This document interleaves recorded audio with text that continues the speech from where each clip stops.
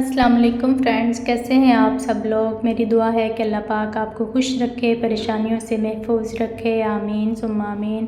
Friends, आज मैं आपके साथ बहुत ही आसान और बहुत अच्छी रेसिपी शेयर करने जा रही हूँ। ये रेसिपी जो है स्पेशली उन लोगों के लिए है जो बीमार हैं और बच्चों के लिए है जो कुछ नहीं खाते।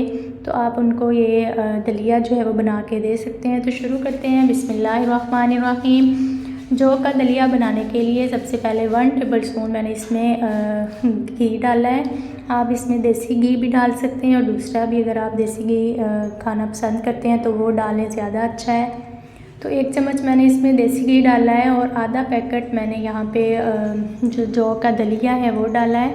आप इसका पैकेट भी ला सकते हैं और डिब्बा भी इसका मिलता है, जो भी आपको मिले वो आप ले सकते हैं।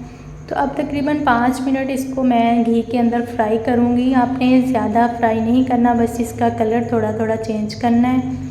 आपने चम्मच की मदद से इसको मुसलसल हिलाना है ताकि ये नीचे ना लग जाए। तो यहाँ पे हमारा दलिया जो है वो तकरीबन फ्राई हो चुका है। अब इसमें मैं पानी शामिल कर दूँगी। पानी आपने बहुत ज़्यादा शामिल नहीं करना, तकरीबन इसमें 1 लीटर आपने पानी ऐड करना है ताकि जो हमारा दलिया है वो अच्छे से फूल जाए और फूलने के बाद जो दलिया है उसके अंदर अच्छे से मिक्स हो जाए।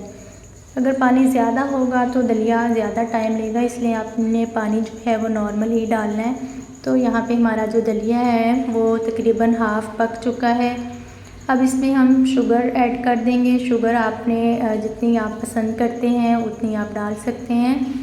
फ्रेंड्स, ये आप लोग इसको ज़रूर ट्राई करना। ये बहुत ही अच्छी रेसिपी है और बहुत ही आसान है। तो मज़ेदार सा दलिया जो है हमारा वो तैयार हो चुका है।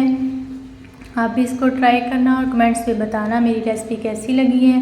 चैनल पर नए हैं तो जल्दी से सब्सक्राइब कर लें, बेल आइकन को भी दबा लें ताकि मेरी नई आने वाली वीडियोस का नोटिफिकेशन आप तक पहुंचता रहे। तब तक के लिए अपना ख्याल रखिएगा, दुआओं में याद रखिएगा। मिलते हैं एक नई रेसिपी के साथ इंशाल्लाह। अल्लाह हाफ़िज़।